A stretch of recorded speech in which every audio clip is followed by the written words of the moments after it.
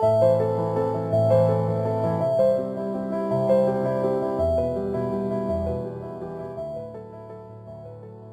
lejla tajba, merħba bikom għal din il-taħdita li se jagħmlu Jolene u Christabel fuq se jitkellem ftit il-professor Mikallef li mexxa t-teżi tagħhom. Jiena nixtieq biss nirringrazzjakom tal-li qegħdin hawn u nirringrazzja lit tim kollu li qed imexxi dan il-proġett dwar it-tradizzjoni orali f'isem id-Dipartiment tal-Malti huwa tim magħmul kemm mill-letturi fid-dipartiment tagħna kif ukoll min nies li huma mitla ta' dan il-qasam jew li għandhom passjoni għal dan il-qasam. Professur Manuel Missut, Dr. Michael Spanjol, Janika Xkembri Fava, Rita Saliba, Marli Mifsut Kirkop, Michael De Guara, Daniel Bezzina li jgħinna wkoll biex niffilmjaw kull waħda mit-taħdidiet li nagħmlu u Juzi Gatt li huwa parti minn dan it-tim issa li ilu jaħdem flimkien għal dawn l-aħħar sentejn.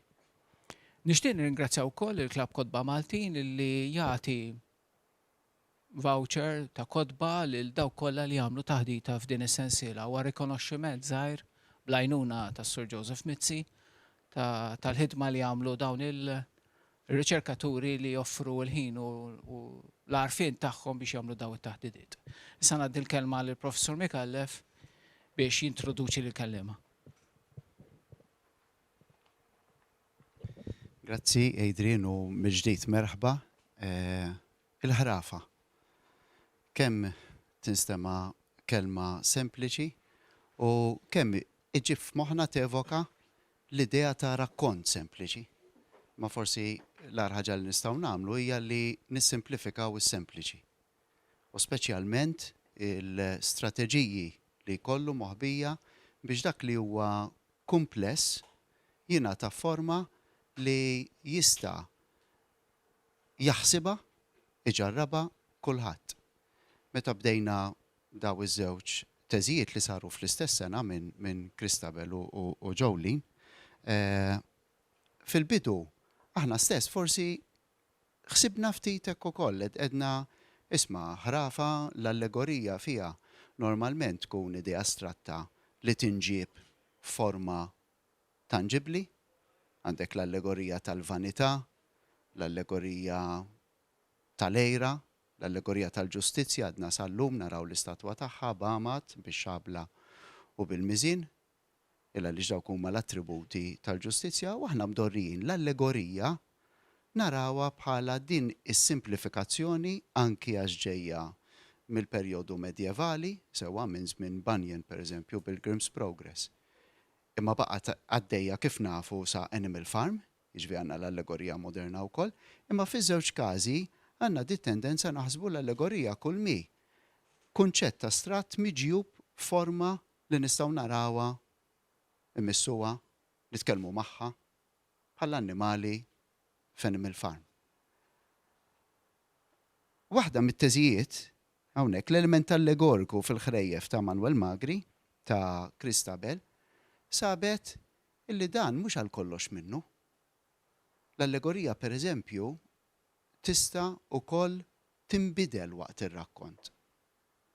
Tista' wkoll tinkludi kif ħafna drabi tagħmel konflitt ma' allegoriji oħra, l-allegorija tat-tajjeb kontra l-allegorija tal-ħażin, li ifixkel ftit l-idea illi għandna kategoriji stretti tal-allegorija.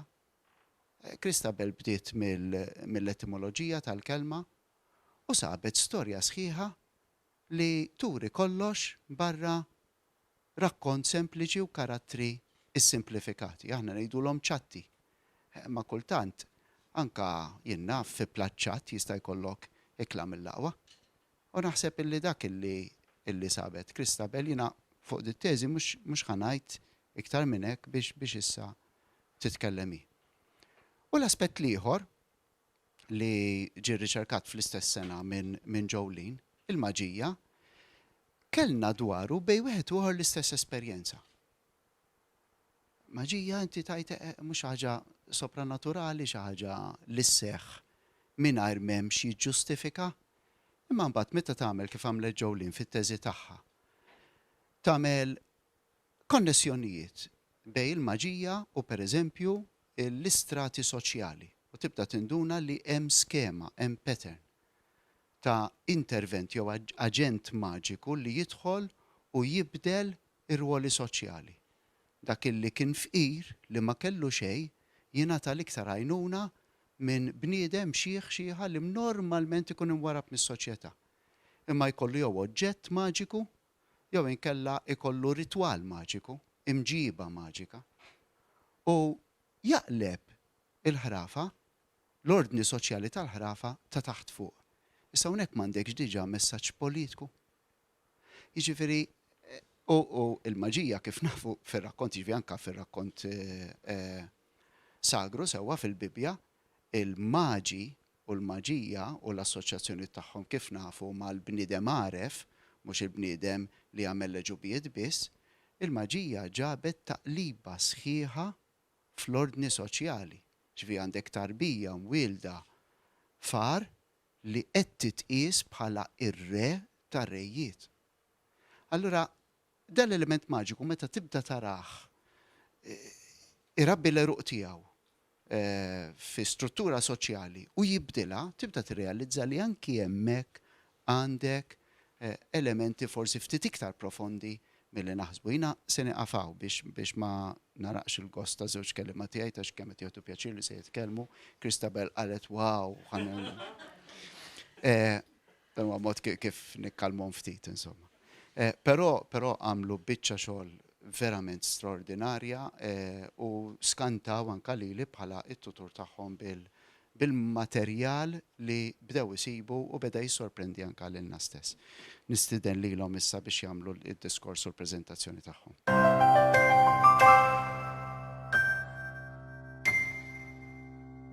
Mela qabel xejn nirringrazzjakom talli ġobtkom tattendu għat-taħdita tagħna. Fi aħna kif tafu se niddiskutu nagħtu ħarsa lejn il-ħrejjef ta' Magri u fija se niddiskutu jiena u Jolene iktar fid-dettall l-aspett kemm allegoriku kif ukoll maġiku. Imma qabel xejn ma nitlu aktar fid-dettall fihom, nixtieq li kieku nsaqsikom li kieku taħsbu dwar x'inhi ħrafa, kif tisimgħu il-kelma ħrafa x'jiġikom f'moħħkom.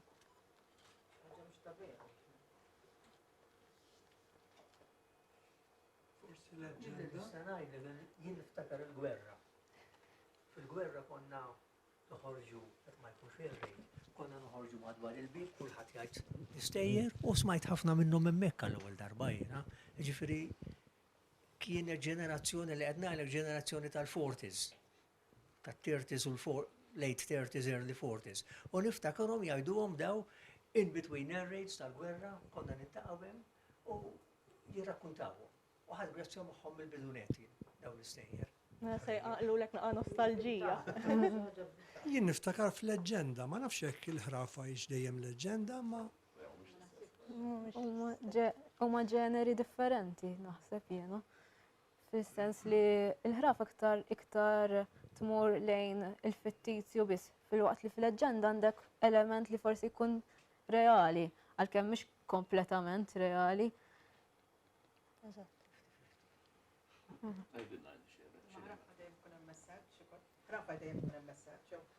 Ekku, xi ħaġa oħra? ħrafa hi storja li inti taf li mhix vera, però tieħu gost biha għax forsi tixtieq li kienet vera wkoll.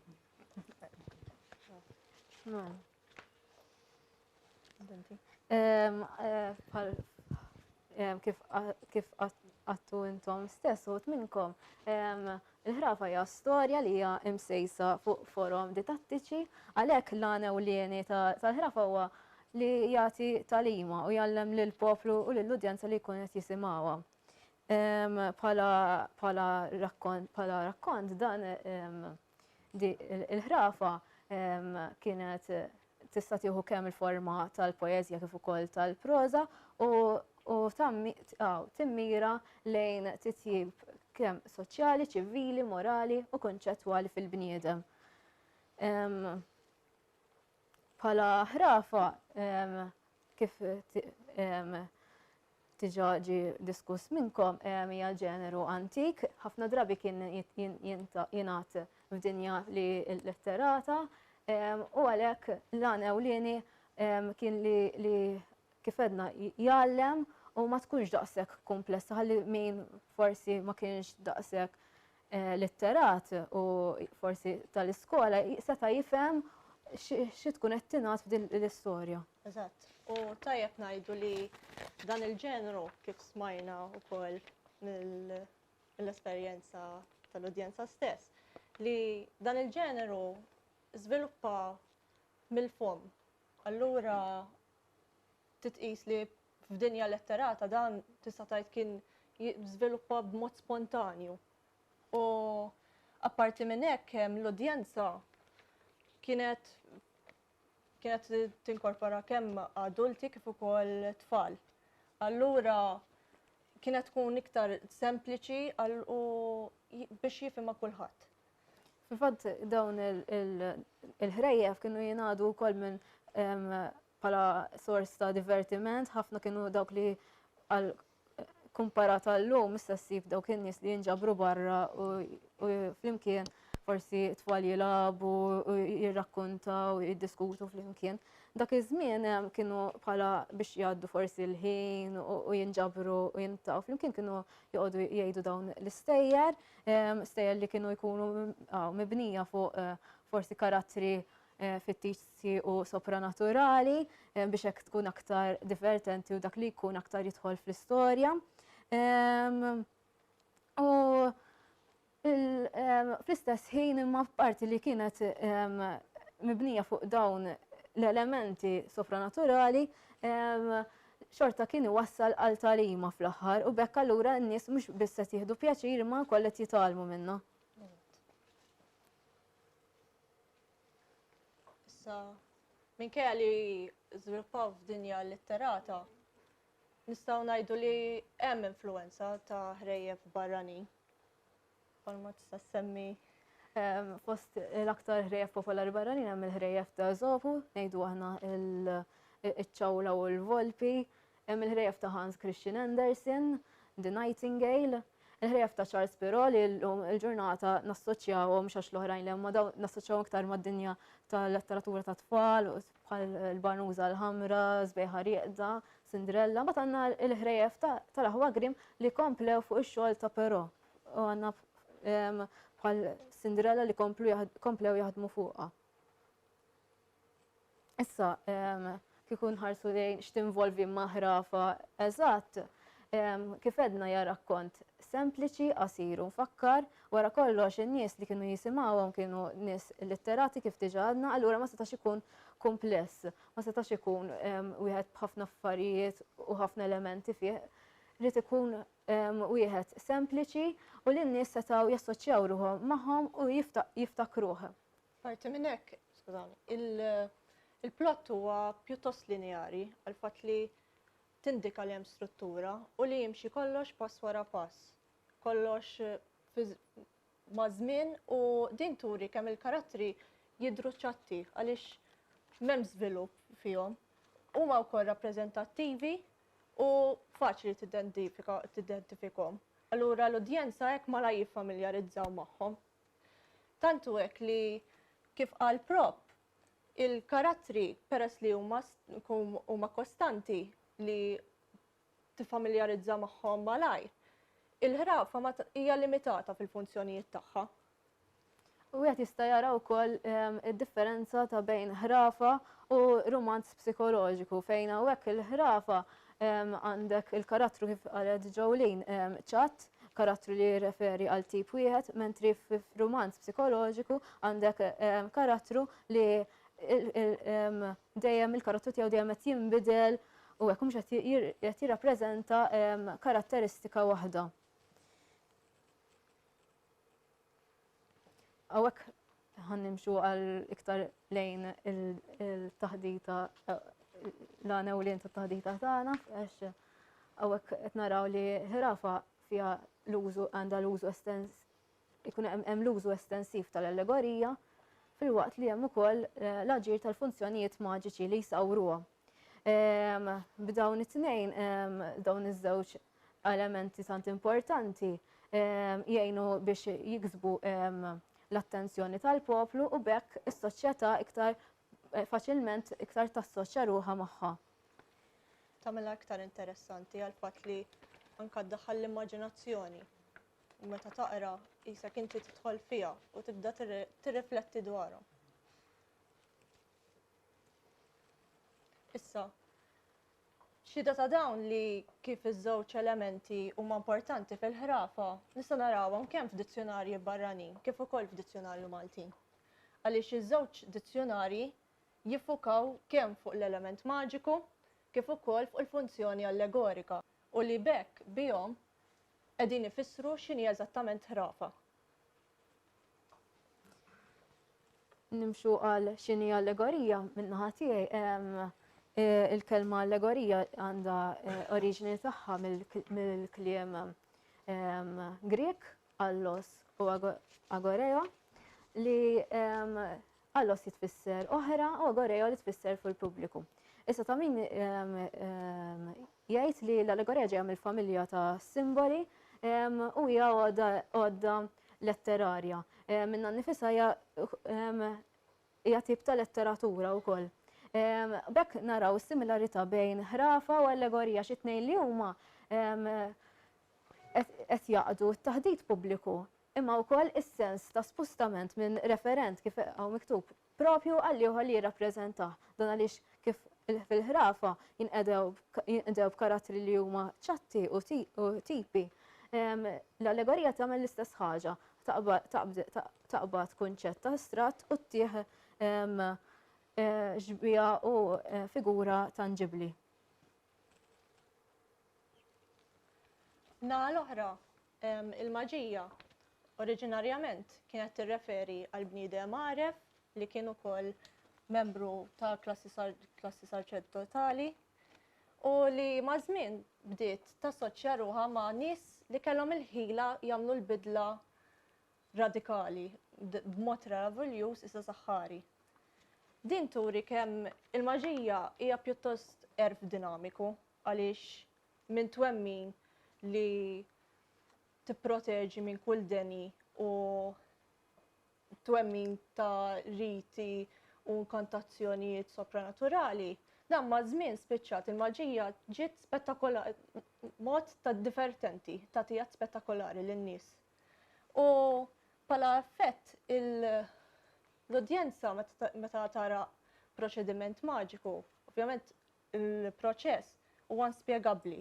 Iżda meta tara l-effett tal-maġija, l-udjenza issa iġġarab kurżità. Tara ħaġa stramba.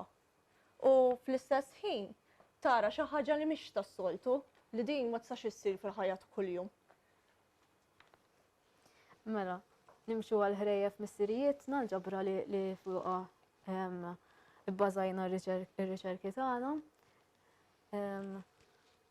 Min kien Manuel Magri, kien patri Ġeżwita, kien etnografu, arkeologu u kittib Malti u jitqis ukoll bħala l-ewwel folklorist Malti li ta' kontribut kbir lit-tradizzjoni orali Maltija. Huwa kif hawnhekk ġabar ħrejjef Maltin u wkoll drawi tradizzjonali Maltin. Huma konsidrati bħala l-eqdem ġabra tal-ħrejjef Maltin. George Mifsud Kirkhope kien inħatar bħala president tal-Aqda tal-Allima tal-Malti fl-1999. Kien ukoll studjuż tal-folklor u tal-etnografija tal-Gżejjer Maltin. Kien ippubblika u editja għad kbir ta' kodba. Fosthom il-ktieb li kellna nirreferu kontinwament għalih biex jisna nagħtu eżempju għall-analiżi tagħna kemm allegoriku kif ukoll maġiku. Issa nistgħu nitlu iktar fid-dettall fit-teżijiet tagħna. Kif hawnhekk ħan nidħlu eżatti kif jidhru dawn l-aspetti għandna sibna similaritajiet fit-teżi kemm tiegħi u kemm ta' Jolene. Għandna il-vjaġġ, l-eroj, ix-xieħ, l-annimali, l-oġġetti animati u r-repetizzjoni. Ħanibdew l-ewwel bil-vjaġġ. Il-vjaġġ f'dawn il-ħrejjef rajnihom minn 3 perspettivi differenti. Għandna l-vjaġġ fiżiku l-aktar wieħed evidenti u l-aktar wieħed li forsi dak li jkun jinduna bih. Imbagħad għandna l-vjaġġ temporanju, imbagħad għandna wkoll il-vjaġġ psikoloġiku li tinduna bihom iktar kemm taqra il-ħrafa fil-fond. Eżatt. Issa bħala vjaġġ qegħdin ngħidu ir-rakkont tal-ħrafa li fuq qed tibni l-ħrafa fuq. Issa tajjeb ngħidu li ġeneralment ħrafa hija mibnija fuq 3 stadji. L-ewwel stadju huwa meta l-eroj ikun telaq mill-viljaġġ tiegħu biex jibda l-avventura. It-tieni stadju tiegħu huwa meta jiltaqa' mal-ajjutant jew id-donatur jew jista' jkun l-istess karattru. U l-aħħar stadju huwa meta l-eroj jipprova jerbaħ il-battalja tiegħu sakemm jasal minn mistenni. Dan il-vjaġġ jidher f'kull 3 tipi. Hawnhekk provajna niġbru l-aktar momenti importanti f'dan il-vjaġġ. Issa hekk ħanaraw il-vjaġġ fiżiku l-ewwel, ħanibdew bil-vjaġġ fiżiku l-iktar li huwa evidenti fedna. Mela l-ewwel nibdew fejn hemm l-eroj. Ħafna drabi l-eroj jitlaq minn kuntest ta' komunità jew ta' familja u minn hemm ikollu jibda lan tal-vjaġġ tiegħu. Waqt il-vjaġġ kif qalet inna Jolene jiltaqa' mal-ajjutant jew donatur, dan mhux neċessarjament ikun l-istess karattru u jista' jkun iktar minn karattru wieħed. U mhux neċessarjament jiltaqa' ma' ajjutanti f'daqqa waħda. Jista' matul il-vjaġġ. Hemmhekk huma jagħtuh pariri u hekk li twasslu għal bidu ta' tfittxija tiegħu. Issa l-bidu ta' tfittxija li xi kultant dal-vjaġġ jieħdu għal dinjiet differenti, postijiet remoti, biex fihom mbagħad jiltaqa' mal-viljak. Ħafna drabi biex ma ngħidx dejjem l-eroj jispiċċa jieleb lill-viljak, jirbaħ il-battalja u jasal għall-eżitu tiegħu. U bekk naraw li l-eroj jirnexxi fil-vjaġġ. Na wkoll il-vjaġġ temporanju. Dan iktar jidħol mal-element maġiku. Bażikament jimxi mal-istess struttura għaliex kif għadna il-ħrafa hija għandha plott lineari u kronoloġiku. Iżda fil-verità meta ndaħlu l-element maġiku fiha nista' naraw li hemm bidla fi żminijiet. Dan għaliex l-ewwel nista' ngħidu l-ewwel mod huwa billi jkollna qabża fil-futur. U din tista' sseħħ waqt il-laqgħa bejn l-ajjutant u donatur u l-eroj. Din ovvjament tidher meta l-ajjutant ikun qed jagħti l-pariri siwi għall-eroj fis-sens li jibda jgħidlu x'għandu jagħmel. Allura inti l-fatt li qed jgħidlek x'inti tagħmel qed jagħtik twissija ta' x'inhu ġej għalik.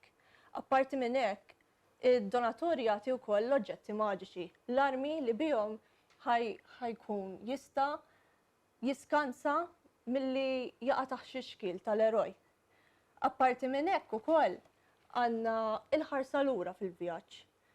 Din tidher ukoll għal fatt li fl-istess laqa ma' l-ajjutant jew id-donatur meta jispjega apparti li kif ħanaraw l-ajjutant għandu l-esperjenza fih, tiġa turik li u jista' jagħti l-każ li għadda minnha u ma rnexxilux. Allura u jipprova jigwida lill-eroj u ma jimxix fuq il-pass li jkun għamelu. Iżda fl-istess waqt, pereżempju kien hemm każi ta' ħrejjef fejn id-donatur ikun waqa' taħt ix-xkil tal-viljak u ikollhom trasformazzjoni f'dera animaleska. X'jiġri f'dak il-każ il-donatur jipprova jgħin lill-eroj ħalli biex meta jirnexxi u jiggwadanja wkoll għaliex fl-aħħar jerġa' jinbidel f'dera umana. U l-vjaġġ ieħor li semmejna huwa l-vjaġġ psikoloġiku. Hawnhekk l-eroj minn barra li jagħmel il-vjaġġ tiegħu lejn lejn il-post jew fejn ħajsib lill-prinċipessa u hekk. Għandu l-vjaġġ psikoloġiku. Hawnhekk l-istess apparti li għandu tfittxija għal premju li huwa forsi tanġibli bħal prinċipessa, għandu tfittxija ma' s-sinifikat tal-ħajja. U għalhekk l-ajutanti jservu biex jagħtuh pariri ta' kif għandu forsi jibni lilu nnifsu psikoloġikament. U d-dinjiet ta' taħt ħafna fost id-dinjiet li esperjenza jirreferu għal taqbida mad-dlamijiet tal-ħajja li jista' jkun ukoll referenza għal mewt u l-laqa mal-viljak wieħed jista' jara bħala l-ostaklu l-problemi li wieħed jiltaqa' magħhom fil-ħajja ta' kuljum. Biex bekk imbagħad l-eroj wara li jirnexxielu jikkumbatti dawn l-ostakli jasal biex isib lilu nnifsu u jimmatura. Il-vjaġġ għalhekk l-eroj mhux qed jidher biss jivvjaġġa minn post fiżiku għal ieħor, imma qed ukoll jidher jimmatura u jibni lilu nnifsu kemm fiżikament kif ukoll moralment. L-ostakli u l-problemi li jiltaqa' magħhom fil-viljak ħafna drabi jidhru wkoll bil-figuri bestjali u mostrużi biex iktar jenfasizza l-fatt kemm il-problemi jistgħu jkunu diffiċli. Ta' min jinnota li dinjiet ta' taħt u d-dinja ta' fuq jista' jkun ukoll referenza li għal qawmin mill-mewt. Kif għedna dak iż-żmien fi żmien meta kienu jingħadu, in-nies ma kienx kienet familjari mal-fatt li ma kienx tara xi ħaġa li taħsadhom li l-qawmin mill-mewt. Kienu jassoċjaw ukoll mal-ġrajiet bibliċi ta' Lazzru li qam mill-mewt, il-qawmin mill-mewt ta' Kristu. Allura jisa ma kienx daqshekk tara bħala xi ħaġa forsi daqshekk kbira. Punt li nixtieq insemmi f'dawn it-tliet vjaġġi stajt ninnota kif minkejja li l-eroj jitlaq indipendenti u jidher bħala indifferenti mis-soċjetà għax jaqbad jitlaq l-avventura waħdu, xorta waħda huwa dipendenti għal fatt li jrid lajnuna biex jasal għat-tmiem tal-vjaġġ tiegħu. Issa hekk kan niddiskutu aktar fid-dettall il-karattru tal-eroj, il-karattru prinċipali ħafna drabi tal-ħrafa, li ħafna drabi jidher bħala wieħed b'ħafna valuri, mimli valuri, nassoċjaw ħafna drabi mat-tajjeb u mhux mal-ħażin. Kif qaltilna Jolene jinqata' mill-bqija tas-soċjetà sabiex mhux biss jikseb il-premju tiegħu u forsi jasal għall-għana u l-jeni tiegħu, imma wkoll biex jgħin lill-bqija tas-soċjetà u min ikollu bżonnu. Kif hawn miktub ukoll id-deċiżjonijiet li jieħu jaffettwaw il-bqija tas-soċjetà mhux lilu biss, għalhekk huwa importanti fis-soċjetà. Hawnhekk għandna referenza mill-ħrafa ta' il-għaġeb tal-ilma, dak li jagħmel il-ġid fid-dinja jeħles xebba mill-għaġeb tal-ilma, fejn jagħmilha ċara li jiena jeħtieġ li mmur nagħmel il-ġid fid-dinja dan għaliex il-karattri l-oħra għandhom bżonnu lilu. Però nixtieq nwafqek ftit hawn. Għaliex jista' jagħti l-każ li l-eroj jkollu skop f'moħħu il-fatt li vera jmur jgħin lil min ikollu bżonn, bħal pereżempju lil bint is-sultan, imur jgħinha. Imma jista' jagħti l-każ li l-iskop u l-intenzjoni ta' wara hi biex jitejjeb l-istat soċjali tiegħu. Il-fatt li jipprova jagħmel minn kollox u bekk jikkonvinċi lis-sultan biex jieħu jitbintu u apparti hekk xi jakkwista mhux biss l-imħabba imma forsi minn stat ta' faqar qed jolli l-livell tiegħu u hekk qed jieħu postu mal-awtoritajiet. Eżatt, u di Clifford riċerkatur ukoll tal-allegorija u tal-ħrafa jagħmel jenfasizza wkoll din l-idea fil-fatt huwa jgħid li jerġa' jsemmi li huwa l-barrani fis-soċjetà u jgħid li bl-emejjel tiegħu fil-konfront ta' dawn l-entitajiet tipiċi li ta' magħhom fil-ħrafa, wieħed jista' jinnota jekk huwiex fil-realtà veru tajjeb jew inkella huwiex għandux ħsibijiet qarrieqa. Issa wasalna għal karattru ieħor rikorrenti ħafna fil-ħrejja, fil-karattru tax-xieħ. Ħafna drabi x-xieħ nassoċjawh mal-ajutant tal-ħrafa. Forsi jista' jkun kif tiġa semmejna qabel li għax għadda minn ċertu esperjenzi u dawn l-esperjenzi enuh biex jibni l-erf tiegħu. Fil-fatt il-xieħ huwa l-allegorija tal-erf. Jidher bħala figura maskili b'saħħitha intellettwalment, għaliex għandha l-awtorità għolja fl-erf u apparti minn hekk ix-xieħ inxabbu ħafna ma' Saħħar għal fatt li matul il-ħrafa pal ma' Saħħar jagħmel l-azzjoni maġika f'ħina u f'waqta u forsi f'post abbandun sigrit u abbandunat. L-istess kif jidher il-xieħ matul il-ħrafa, jidher f'mument opportun għall-eroj ftit qabel ma jibda t-tiftix tiegħu.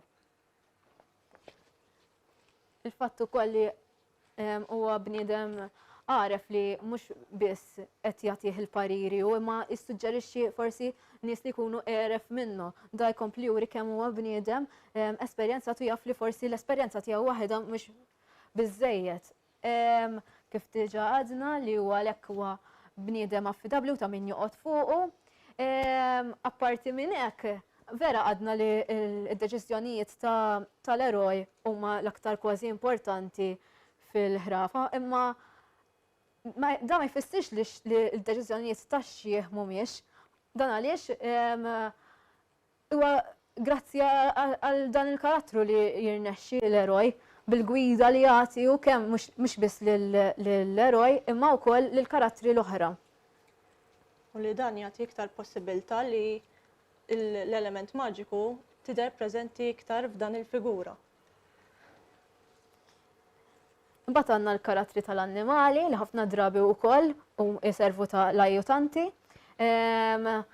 Dawn permezz tal-allegoriji l-allegorija jiksbu kwalitajiet antropomorfiċi li kważi jiġu qishom umani bil-pariri li jagħtu, bil-aġir tagħhom. U wkoll apparti minn hekk il-maġija tkomplitejn ukoll hux. Fil-fatti palma naraw rappreżentazzjonijiet hawnhekk, palma semmejt qabel bil-metamorfosi esterna, is-serb li qed jimplika l-ingann u dak huwa rappreżentazzjoni tal-viljak. L-istess il-ħamiema, l-bajda li tippreżenta l-kunċett ta' ġenwinità u safa. Dik hija tista' tgħid karattru sekondarju li sfatt taħt l-ingann tal-viljak mod innoċenti. Għandna l-asfur hawnhekk li determinaw li huwa emblema tad determinazzjoni. Tidher fil-ħrafa it-tifla ġib l-asfur Janni. Hawnhekk l-asfur qed iservi wkoll ta' strument allegoriku. Dan għaliex huwa jgħid li ma jridx jaqbad Janni qabel ma jkun hemm il-membri kollha tal-familja għalhekk qed jallegorizza l-għaqda. Għandna mbagħad iż-żiemel li jirrappreżenta l-libertà, is-saħħa fiżika u sbuħija. Għalhekk x'kultant imma fil-ħrafa Balmis iż-żiemel huwa figura allegorika tal-iskjavitu. Għax fil-ħrafa narawh li safa skjaf u għalhekk apparti dawn it-tlet attributi jispiċċa wkoll jallegorizza l-iskjavitu.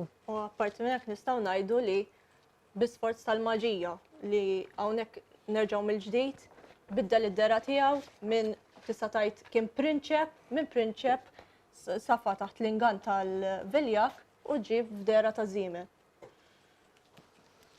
xi kultant ikollna mbagħad annimali li mhux tal-li jiksbu din il-kwalità allegorika, imma tal-li jiddikjaraw huma stess li huma umani, ġifieri mhux tal-li qed taqra u qed isek tinduna li huma għandhom dawn il-kwalitajiet, imma tal-li huma stess qed jgħiduha. Hawnhekk fil-fatt l-annimali qed jgħid li jiena bniedma bħalek u bħali int qed tkun, ġifieri hawnhekk qed naraw li l-annimali qed iwiddeb lill-karattru uman li jista' jkun jispiċċa taħt jispiċċa fl-istess sitwazzjoni tiegħu li jinbidel f'annimal. Meta s-serpentin isib ħadd ieħor minn iħobb. Fil-ħrejjef ta' Magri ħaġa li nnotajna hija il-kunċett ta' reċiproċità min-naħa tal-annimali, dan għaliex l-annimali kif għedna li huma ajutanti u jgħinu lill-karattru li qabel ikun en lilhom, jiġifieri qed jirreċiprokaw l-għajnuna. Issa, wieħed jista' forsi jara jekk irreċiproċi din l-idea mhux qed titfa' l-annimali f'del ikraħ jew del sabiħ. Dan għaliex xi kultant l-annimali stess jgħidu l-ewwel tittejn lili naħrab biex jiena mbagħad ngħin lilek. Jiġifieri forsi mhux daqshekk l-annimal minkejja li huma ajutanti mhux daqshekk huma ġenwini fl-imġibiet tagħhom. Sanaddu għall-oġġetti inanimati. Dawn l-oġġetti inanimati jispikkaw l-iktar għax huma monija b'qawwiet maġiċi u sopranaturali. Ħafna drabi dan jingħataw mill-donatur, iżda jista' jagħti il-każ li jiġu rappreżentati bħala kompliċi tal-viljak ikunu l-armi tiegħu. Huma wkoll determinanti għal fatt li tista' tgħid mingħajrhom l-eroj niġi f'dubju kemm jasal sa tmiem il-ħrafa. Huma wkoll waħda mir-raġunijiet li seħħ il-bidla għaliex tista' tgħid nistgħu naqbdu l-istat soċjali tal-eroj kif minn fqir dawn l-oġġetti inanimati jiksbu l-livell soċjali għolja. Forsi anka l-dera tal-ilbies fejn filli tkun qiegħda seftura u allura l-ilbis tagħha ikun mkerraħ u bla valur minn biċċa lewża toħroġ l-aqwa l-bies u hekk tikseb tkun il-prinċipessa. Bekk allura tista' tikkontradixxi dak li għadna fil-bidu tal-eroj li ħafna drabi huwa qisu d-deċiżjonijiet tiegħu bil-fors li huma l-aktar importanti u hekk għax jekk m'għandux kemm l-ajutanti u kemm dawn l-oġġetti inanimati huwa se jservi għal xejn ħafna drabi. Ukoll dawn l-oġġetti inanimati permezz tal-għajnuna tal-allegorija jirnexxilhom jakkwistaw attributi umani wkoll, pereżempju l-għajn tal-marċa fil-ħrafa seba' tronġiet mewija jidhru tidher takkwista u ssir takkwista kwalitajiet antropomorfiċi, fil-fatt hija tirrifjuta li tarraq lit-tifel tas-sultan. Bekk qed naraw li la darba rrifjutat hija għandha dawn il-kwalitajiet umani. Parti minn hekk, palma semmejt ukoll fil-vjaġġ temporanju, tista' tgħid li l-oġġetti inanimati wkoll huma ħjiel jagħtu indikazzjoni ta' se jiġri fil-futur. Għaliex tliet saltniet differenti annimaleski kellhom jagħtu xewka lill-eroj u jgħidulu meta jkollok bżonn. Missa u niġu. Dik turi li ma' żmien ħajkollu bżonn u fil-fatti hekk tidher fil-ħrafa li juża. L-istess ukoll meta x-xieħ jagħtih il-pariri u fl-istess ħin jagħtih l-armi u jgħidlu jagħtih kull pass għax għandu jagħmel. Dik isa mhux isa tiġi tbassir ta' se jiġri u iktar qed jikkonvinċih l-eroj kif għandu jgħaddi mill-avventura tiegħu. Ovvjament l-oġġetti inanimati se jservu bħala kejl tat-tajjeb u kejl tal-ħażin, skont l-atteġġjament tal-karattru. U skont min ikun offrihom ukoll. Eżatt. Jekk offrihomx l-ajutant tal-eroj jew inkella kienx il-viljak li użhom dawn l-oġġetti. Bat għandna repetizzjoni tan-numru 3. Fost l-affarijiet li jinkludu l-element maġiku, hemm ukoll il-formoli u n-numri. Issa mir-riċerka tiegħi stajt ninnota li n-numru 3 huwa jidher regolari fil-ħrejjef. Meta għamilt riċerka dwar fuq il-maġija, skoprejt li sens ta' 3 juri sens ta' kompletezza. U allura meta bdejt nara il-ħrejjef u ħriġ b'eżempji hawnhekk li dejjem jisom fuq 3 toqgħod il-borma jgħidu, allura dejjem wara tliet darbiet hemm ir-repetizzjoni. U ħafna ħrejjef stajt nara li pereżempju l-oġġett inanimat tisservi tkun fi 3. Hemm il-ġewża, l-lewża u l-qasna li jisarfu wkoll fil-biss, l-aqwa l-biss, u li dejjem tiftaħ waħda fi 3 ijiem. U mbagħad oħra ta' 3 saltniet. Allura hemmhekk qed naraw sens ta' kompletezza li bil-forsi su il-numru 3 juri li qed jiġbor kollox anka jekk inqelbu Fil-fatt 3 huwa wkoll. Għandna 3 aħwa wkoll li fil-bidu daw jidhru fil-bidu tal-ħrafa fejn ikunu 3 aħwa u jippruvaw jagħmlu l-ewwel sfida tagħhom biex jaraw mhux kapaċi biex jibdew l-avventura tagħhom. Issa minn dawk it-3 aħwa il-niżar wieħed jirnexxielu. U apparti minn hekk fejn stajt nara wkoll il-numru 3 kien fi 3 ixjuħ. It-3 ixjuħ fejn ukoll l-aħħar aġent maġiku ikun ikbar u għeref li jagħtih dak kollu li jkun hemm bżonn.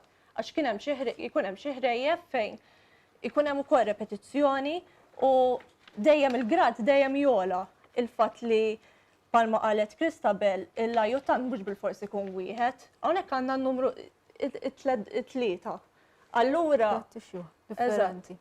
Allura l-eroj dejjem imur minn wieħed għall-ieħor, wieħed għall-ieħor ikun ikber u għeref minnu. Isem katina bejn wieħed għall-ieħor. Fil-fatt meta rajt it-3 aħwa u it-3 ixjuħ, rajt element paradossali hawnhekk għaliex l-iżgħar fost l-aħwa jirnexxielu mentri mit-3 ixjuħ l-ikbar u l-għeref li jista' jgħin biex il-vjaġġ jirnexxi. Dan wassal biex nidħlu għal parti oħra fil-din il-preżentazzjoni tagħna, l-opposti binari fil-ħrejjef. Il-ħrejjef huma mimlija b'opposti, l-akbar oppost huwa dak ta' bejn it-tajjeb kontra l-ħażin. Issa daw jieħdu forom differenti. Tajjeb ngħidu li dawn it-teoriji juru kif meta inti taħseb fuq it-tajjeb bla ma trid taħseb fuq kwalitajiet ta' ħażen. Jekk pereżempju ngħidlek żbuħija bla ma trid inti tibda taħseb fuq l-oppost. Allura daw jidhru li huma jitrabtu flimkien. Ma jistax ikollok waħda mingħajr ma jkollok l-oħra biex xi ħadd tgħidlu li huwa sabiħ, sinjal li taf x'inhu huwa l-ikraħ, jew jekk xi ħadd tgħid li huwa kbir, sinjal li taf x'inhu iż-żgħir.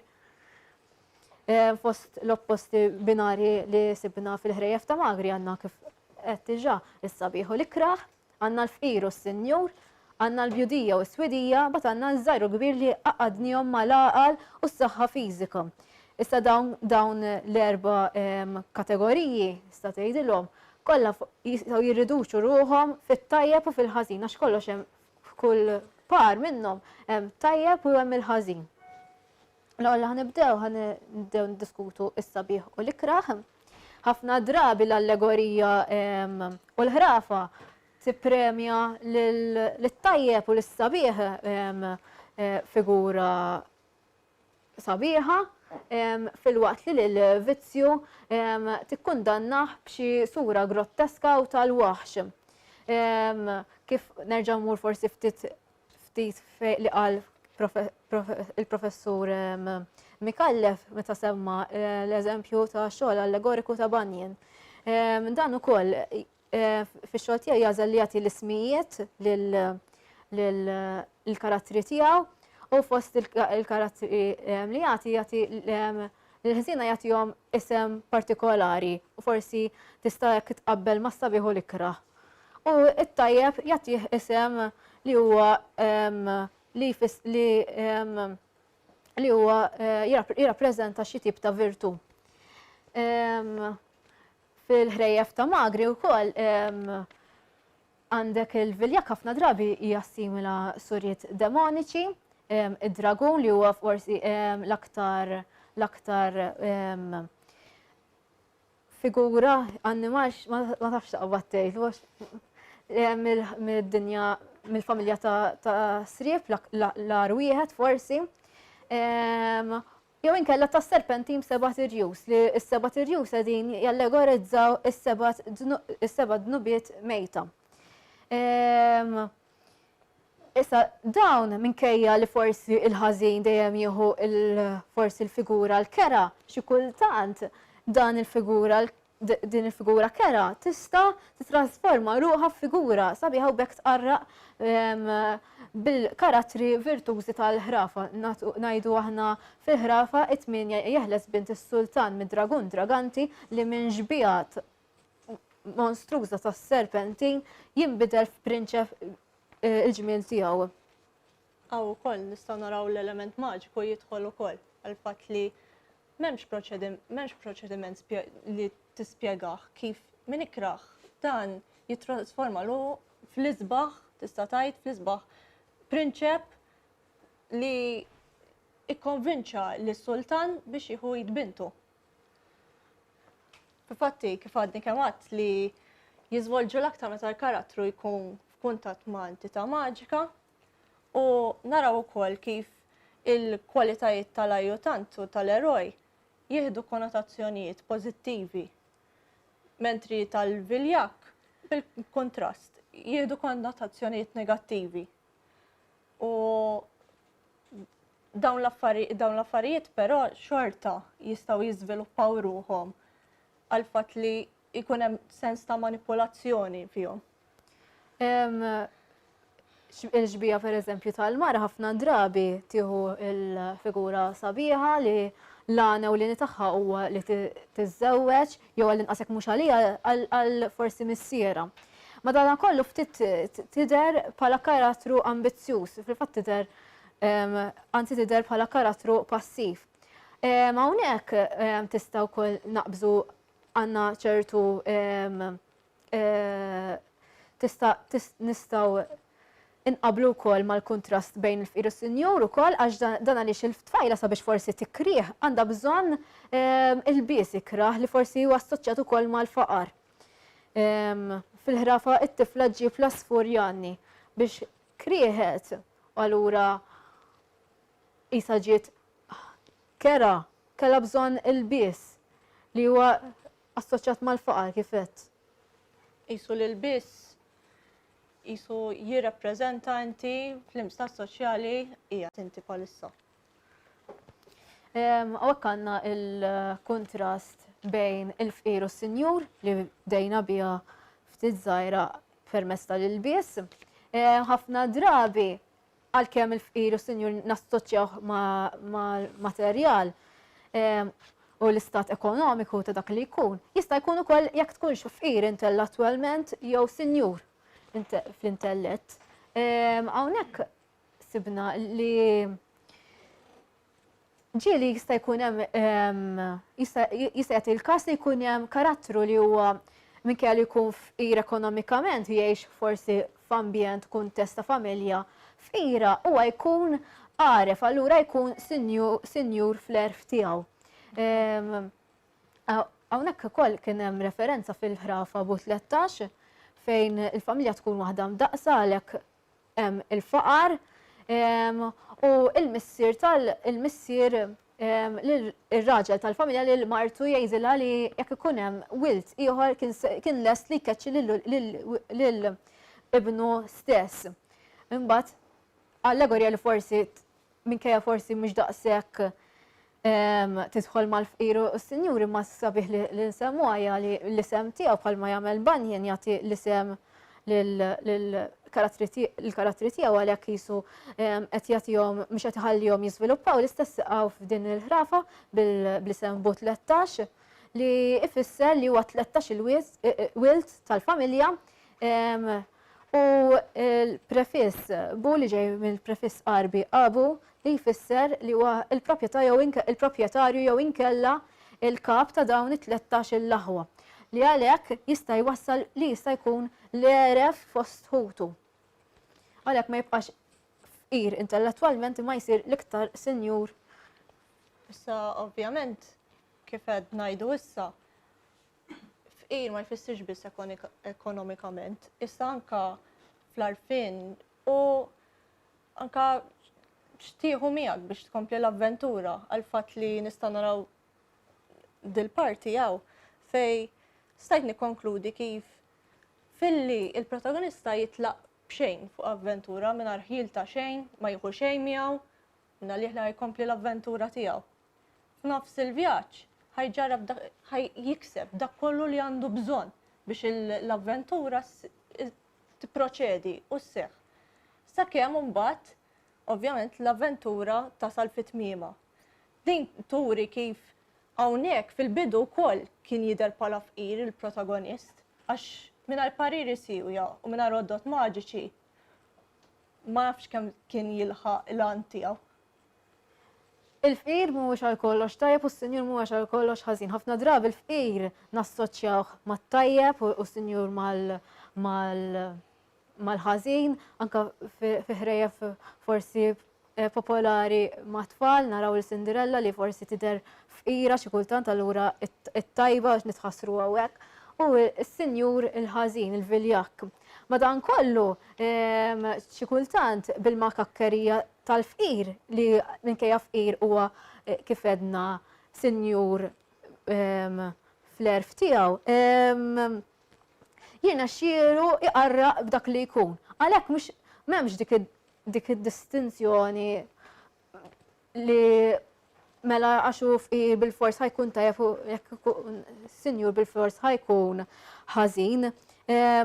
U laqqas in-naħa tas-sinjur, mhux bil-fors li ikun għal kollox ħażin mill-bidu sal-aħħar. Xi kultant il-ħażin peress li ma tantx huwa sinjur fl-għarfien tiegħu jispiċċa biex laqqas ikun kapaċi iqarraq bil-karattri l-oħrajn. Fil-ħrafa tax-xhur narawha tidher din dan l-element fejn il-fqir ikun kapaċi ikun għaraf biżżejjed u jgħid xi jkun qed jistennew minnu x-xhur. Mentri min-naħa l-oħra minkejja li prova jilbes ħwejjeġ li riflettu forsi faqar u hekk ma jkunx makkak biżżejjed li jasal għal dak li xtaq u jisimgħu il-xhur. Tajjeb ngħidu wkoll li is-sinjur minkejja li jidher li jkollu dak kollu li jaħseb xorta jidher f'dan il-każ fil-ħrafa tax-xhur li huwa li qed jgħid għal dak li ħaddieħor jista' jkollu. Allura fil-verità ċertu ġid ma jkollux mhux inbilli hu sinjur.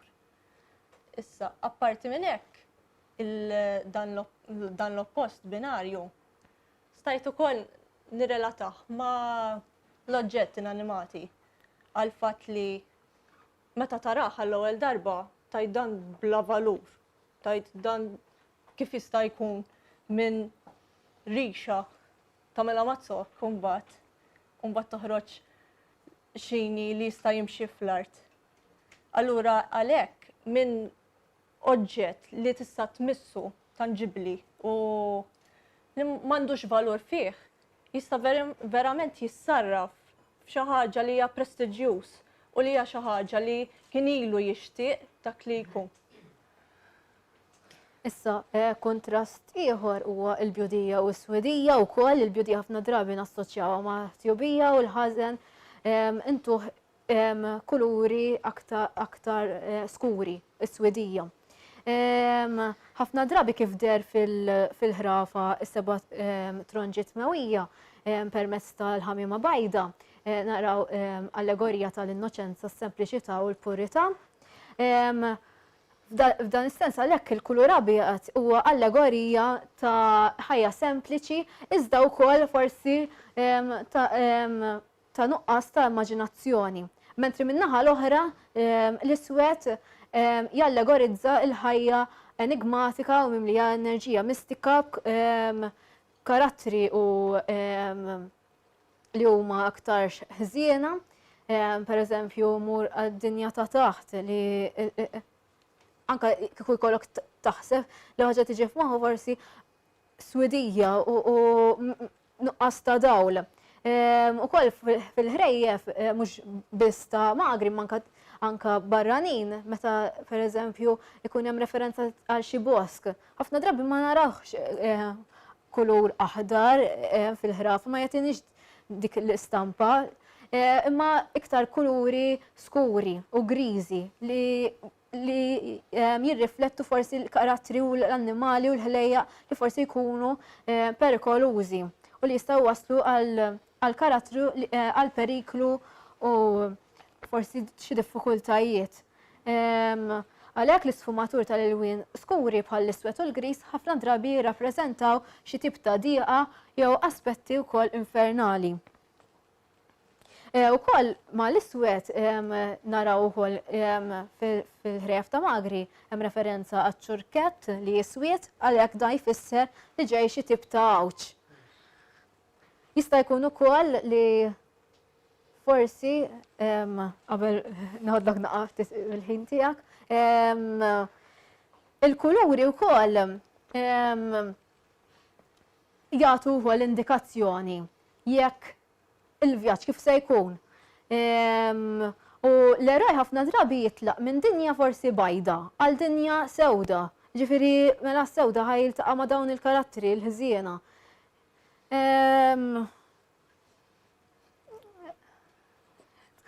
Nista' nieħu min-naħa tiegħi mela.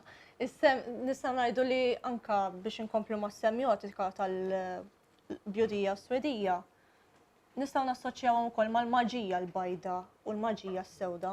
Maġija bajda tħalli effett pożittiv li bażikament tkun iktar marbuta mal-maġija li iwettaq l-ajjutant, mentri il-maġija s-sewda hija tagħmel konnotazzjonijiet negattivi li di tkun marbuta mal-viljak ħafna drabi. Li naqbel mal-punt li qalet Christabel, il-kuluri wkoll jidhru u jagħtu indikazzjoni ta' se jiġri iktar il-qoddim. Għal-fatt li ħanerġa' nieħu l-eżempju tal-ċurkett li dan jingħata bħala oġġett inanimat u maġiku jiswied, il-kulur jinbidel u dik turi twissija li ħajsir xi ħaġa ħażina. U apparti minn hekk ukoll kien hemm ukoll konnotazzjonijiet tal-kulur abjad għal fatt li pereżempju l-ħamima l-bajda dik turi li mhijiex il-viljak hija pjuttost imma karattru sekondarju innoċenti, mentri il-viljak jieħu xeħta ta' xebba sewda. Allura hekk ħafna il-mudlam, l-eluq, il-krua, ħafna jiġu assoċjati mal-viljak. U dan jista' juri li l-ħrejjef xi kultant għandhom huma razzisti wkoll għax l-iswed il-ħażin, l-abjad it-tajjeb bħal hawnhekk li l-ħamiem mal-bajda fil-każ li konna diġà semmejna ta' seba' tronġiet mewija għandek il-ħamiem mal-bajda dik li fejn hija it-tfajla li ħarġet mis-seba' tronġa u permezz tal-splingun imdeffes frasa mix-xebba sewda inbidlet allura f'ħamima bajda. Issa abjad tajjeb ix-xebba sewda hija l-ħażina. Allura hemm dak l-element li l-ħrafa tista' tkun razzista wkoll minn dan l-att. Apparti tista' tkun razzista wkoll, sa ċertu punt turi wkoll is-sempliċità tagħha għax hekk turi li m'hemm żvilupp fiha. Għax inti jekk tara affarijiet tibda tiffamiljarizza magħhom. Jekk tara l-abjad tajt mela sens tajjeb, qed tara l-iswed tajt sens ħażin. U wkoll peress li qedna fil-bidu li kien tingħat minn f'dinja ta' nies illitterati, dawn il-konnotazzjonijiet kienu jgħinu aktar li n-nies jifmu. Għax li kieku l-abjed bidew jassoċjaw mal-ħażin, forsi dak li jkun kien forsi jitfixkel ma kienx jifhem eżatt is-sinifikat tal-ħrafa.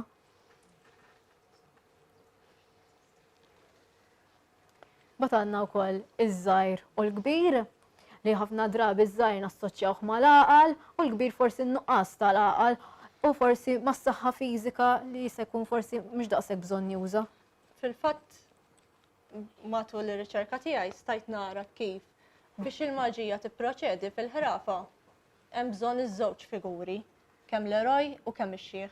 Għaliex? Għall-fatt li hemm punt ta' reċiproċità fihom. Minħabba l-fatt li għalkemm l-eroj jidher bħala tista' tgħid li żgħar fost l-aħwa allura jindika li dan huwa żgħir u għandu saħħa fiżika, li dan jista' jwettaq l-avventura hu. Imma fil-verità m'għandux l-għarfien ta' x'għandu jagħmel, allura hekk għandu bżonn l-xieħ. Mentri x-xieħ minkejja li għandu l-għarfien kollu ta' x'għandu jiġri u kif jista' jwettaq kollox, m'għandux is-saħħa biżżejjed biex jagħmilha. Fil-fatti għandna hawnhekk eżempju tal-xieħakka fil-ħrafa x-xieħ Mitfun Ġolar li minkejja li mhuwiex b'saħħtu biżżejjed għal ġoar magħluq u mudlam. Nerġgħu tal-iswed hawnhekk ukoll. Għaliex minħabba li kien aġuż sakemm dan tal-aħħar għaraf ukoll li jekk ix-xjuħ ma jiswewx għal kollox għandhom ukoll jiswew għal pariri.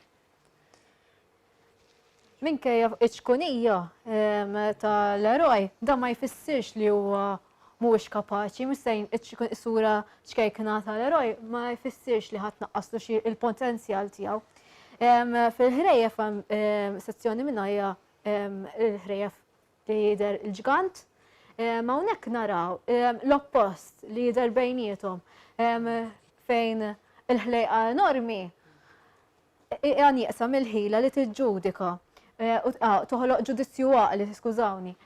Fil-waqt li l-bniedem minkejja li żgħir huwa mimli fid-den, għalhekk jista' jkun li l-ġgant jidher bħala rappreżentazzjoni ta' sempliċità tiegħu li jibbaża iktar fuq il-ħsieb li huwa xi huwa kbir u forsi jista' jeleb kull ostaklu meta fil-verità in-nuqqasijiet tiegħu, in-nuqqasijiet fl-għaqal iktar ixejnu l-ħila fiżika tiegħu. Li hekk kif edna il-ġolf qed jallagorizza d-daqs u s-saħħa li huma inutli fil-waqt li l-qawwa tal-intellett taż-żgħir qed teleb lill-ġgant. U bekk il-figurazzjoni tal-qawwa fiżika tal-ġgant hija faċilment tista' tingħeleb u tista' titħaq biha. Kontradizzjoni għalhekk bejn il-qawwa fiżika u l-qawwa intellettwali, kif edna b'riżultat li l-qawwa intellettwali hija aktar ta' poter u qawwa minn dik minn dik fiżika.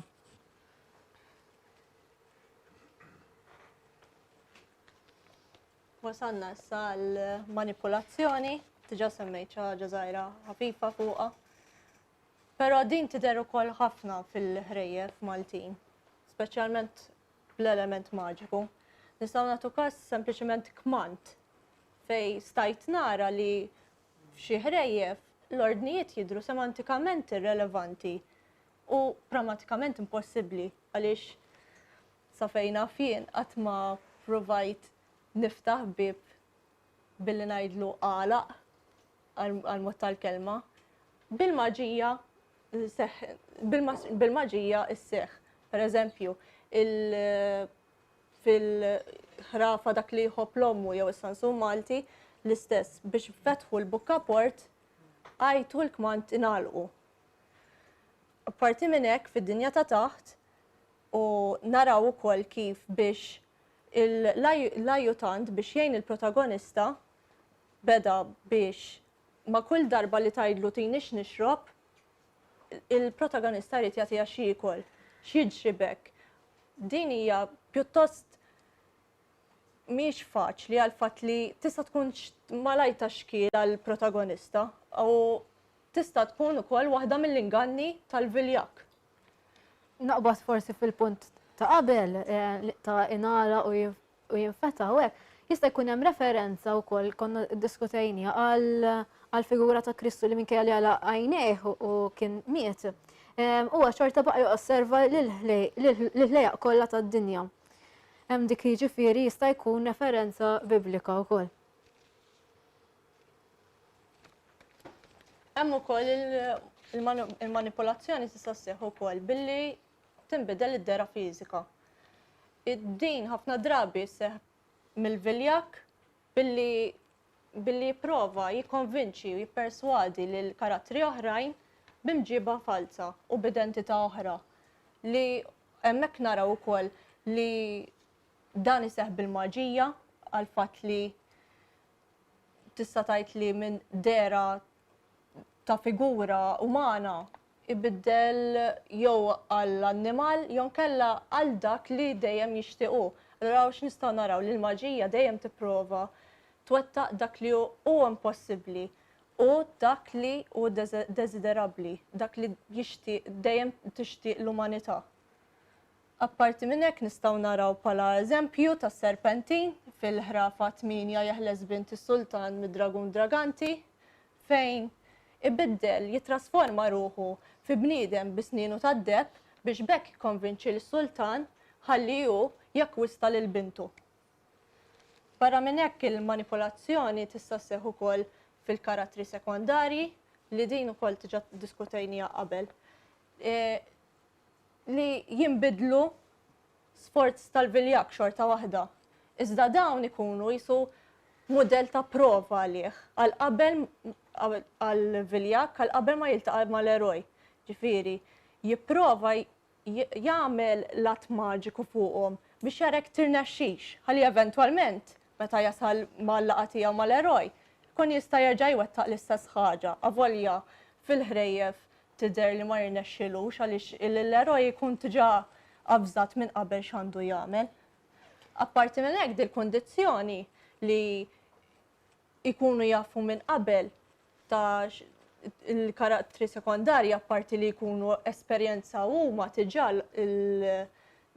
din is-sitwazzjoni li waqgħu fl-ingann huma din tkun ta' gwadann għall-eroj għal fatt li u ħajkun jaf x'għandu jagħmel u fl-istess ħin għall-karattri sekondarji ħajkunu jafu li l-eroj ħajimxi b'mod tajjeb u ħajrnexxielu f'kollox, dan ħajgwadanjaw milli jerġgħu jiksbu d-dera fiżika tagħhom.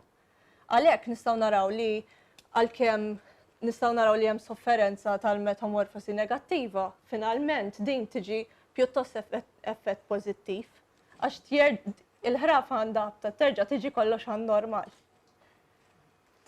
Mela, kif iddiskutejna dawn l-opposti, issa stajna naslu għal konklużjoni li dawn l-opposti binari ta' tajjeb u l-ħażin dak il-konflitt li nħoloq bejniethom twassal biex iservu anzi bħala mezz biex jipperswassiv li għalhekk tikkonvinċi l-udjenza sabiex jieħdu pożizzjoni.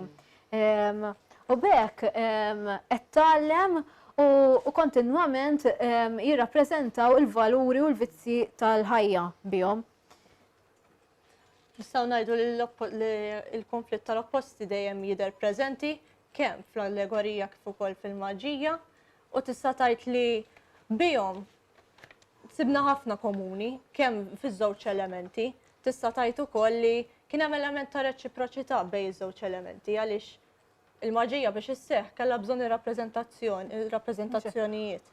Fl-istess ħin, dan ir-rappreżentazzjonijiet minkejja li huma simplifikati f'karattri ċatti, xorta biex jirnexxu xorta kellhom bżonn l-element maġiku biex isseħħ dik il-bitla. Allura tista' tgħid li kien hemm ċertu flessibilità avolja li l-ħrafa tidher pjuttost sempliċi. U tagħmel aktar sempliċi l-ħrafa, il-fatt li l-allegorija kemm l-allegorija u kemm il-maġija ikabru jeżaġeraw. Jekk hija xi ħaġa pereżempju il-ġgant biex juri ħajġibu l-enormi. Mhux jiġifieri qed jeżaġera għall-maġija kif tintuża, dan iktar ikompli jgħin lill-udjenza tifhem u forsi tmur naħa mhux fuq oħra tal-istorja.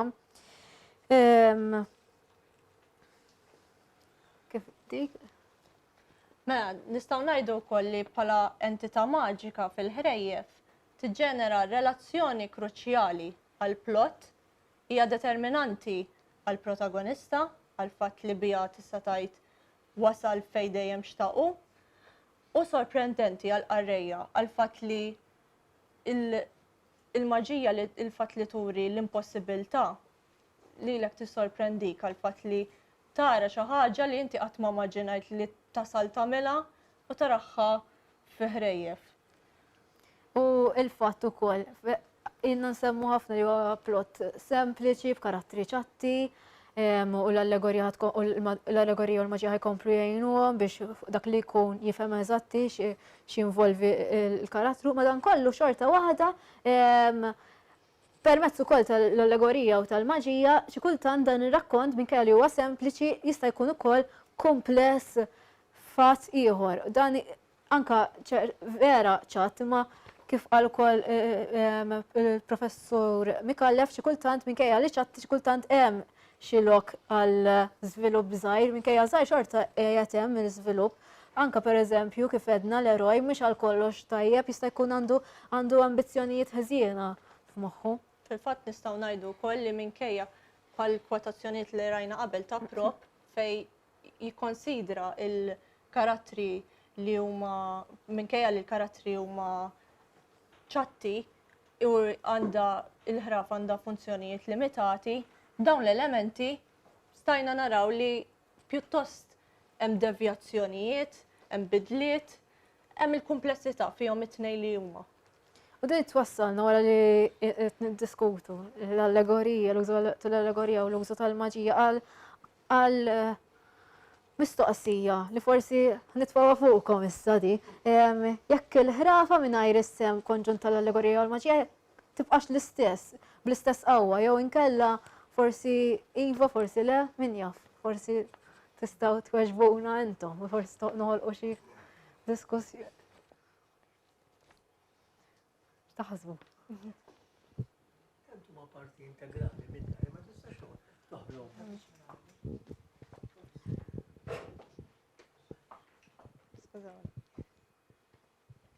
Grazzi. Jien inħoss li tant huma parti integrali tal-ħrafa illi mingħajrhom kważi m'hemmx ħrafa. Importanti daqshekk. Jekk insibhom jiena, nixtieq nistaqsi ħaġa. Rajthom kollha ġifieri ħadim ma' Kassar Pulicino meta kien qed jagħmel l-ktieb tiegħu bniedem preċiżismu daqsu għadna qatt ma rajt jien fid-dinja. U dejjem għajt l-ossessjoni li hemm, ossessjoni għadha mhux sempliċement repetizzjoni ta' numru 3. Nixtieq naf għaliex dan in-numru 3 sew fl-azzjoni kemm ukoll fid-diskors jidħol in-numru 3 għaliex aħna ħadnihom dawna jew mill-Middle East, jew inkella anke mill-Ewropa minn fejn kienu ċċaqalqu wkoll u nbidlu u mbagħad aħna rġejna biddinniehom. Allura n-numru 3 għalina fir-reliġjon tagħna huwa ġifier dawn daħħannihom aħna daw dir-repetizzjoni tan-numru 3 sew fl-azzjoni kemm ukoll fil-kliem. Bħal meta jgħidlu nibilak bela u niġierak ġera, jirrepetiha ħafna drabi.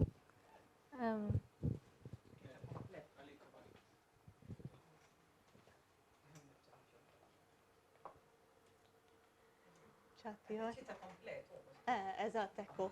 Għax Forsi referent ma nafx jien ma tħallx fiha eżatt forsi. jiena dħalt ftit żgħira fiha u fil-fatt ukoll semmejta di ta' reliġjonijiet ukoll. Il-fatt li rajt li hemm sens ta' kompletezza u naħseb li iva daħlet ukoll minn fatt li mitwemmin tagħna għal fatt li sibt ħafna indikazzjonijiet minn reliġjonijiet differenti fej kif għadt inti fir-reliġjon tagħna Trinità. it-Trinità Allura, apparti minn hekk, sibt iktar u palissa mhux qed iġuni f'moħħi, imma xorta juru. Tal-agonija. Eżatt. Wara 3 ijiem. U bekk jistgħu jassoċ. Wieħed minn dak l-apostli tiegħu ċaħdu 3 darbiet. Ir-reliġjon minn bitliet u anke daw minn bitliet.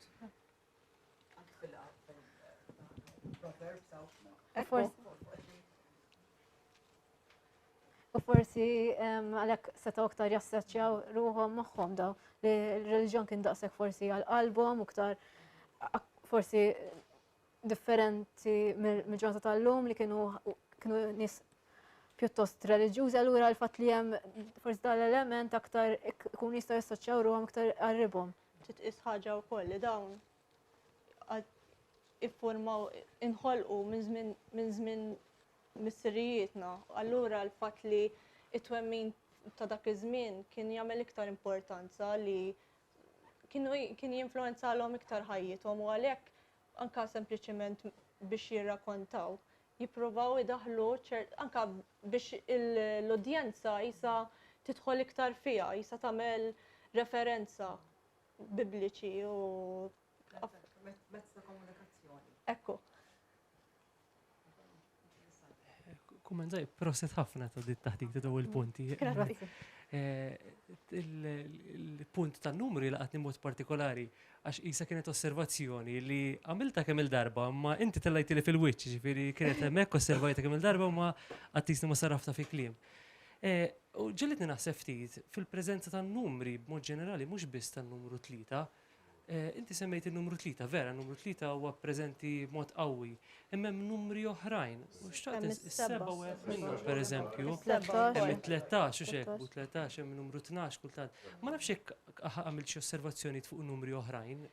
Provajt infittex ukoll fuq in-numru 7, però iktar relatat mal-maġija sibt ukoll il-numru 3 li jidħol daqshekk li l-fatt li jgħid li juri sens ta' kompletezza li allura dik rajta li tkun iktar relevanti biex inkompli fuqha. U l-but, per eżempju, l-but 13, jisem l-element ta' superstizzjoni forsi, anka 13 il-wit li missieru stess ma ridux. ċfir diġà huwa jisu sfortunat minn missieru stess qed jwarbu.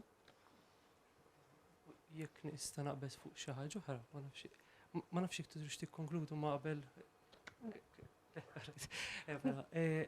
Punti ħolli laqatni ħafna huwa li semmejtu tal-opposti. Issa daw semantikament huma relattivi huma gradabbli, mhux hekk inti jista' jkollok xi ħadd li huwa fqir, inqas fqir, iktar fqir, sinjur, sinjurun, eċetera, ma hekk huma ppreżentati bħala żewġ kontrasti u żewġ poli, għandek medda u jisu hemm l-abjad u l-iswed biss. Il-gris, mhux hekk, jisu ma jeżistix, jisu ma jissemmix. Imma ma nafx kont naħseb ftit fuq l-istruttura ta' uħut minnhom u jista' jkun li hemm xi element ta' gris. Ma nafx qed nipprova ħanitlaqilkom hekk araw x'taħsbu minnha. Fejna fin, pereżempju fil-ħrafa x-Xieħ Mitfun Ġolar, għandek qisu liben li qisu l-element il-gris. Jiġifieri li law għaref daqs missieru x'hekk. Huwa għaref biżejjed biex imur għand missieru biex isolvilu l-ħaġa moħġaġa.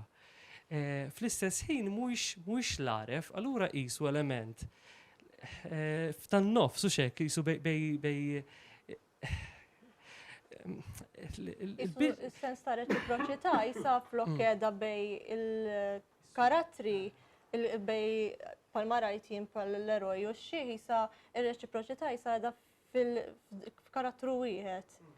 Il-fat li jisu għandu ftit minn kollox imma fl-istess ħin ma jistax jasal għal da. Li rrid ngħid jien ukoll u li il-maġija timplika ħafna l-estremitajiet għal fatt li anka l-effett tagħha għal pjuttost kurjożità u tara wkoll impossibbli. Allura dik jista' jagħti l-każ li għalhekk ma tantx iffukajt daqshekk dwarha. Naf li għamilt intro biżejjed, ma qed nistieden hekk hemm diskussjoni ta' xi ħaġa bejn daw iż-żewġ poli. Tkun ħaġa interessanti anzi li jkun hemm iktar riċerka dwarha din.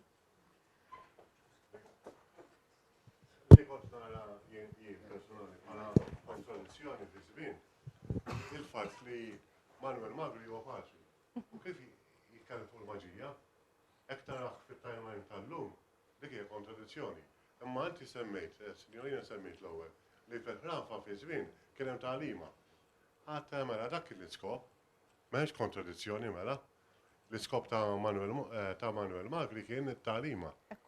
Imma kien ħassuh bil-punto di vista tal-lum, nara kontradizzjoni. Għax Patri mhux suppost jitkellem fuq il-maġija. Ma dak iż-żmien li kien hemm dik l-element ta' tagħlima, qatt mela dik l-iskop tagħha kien. Illum solvejt li problema. L-Patri Magri teġ kemm jruħu wkoll fuq meta qed jiġbodaw dan.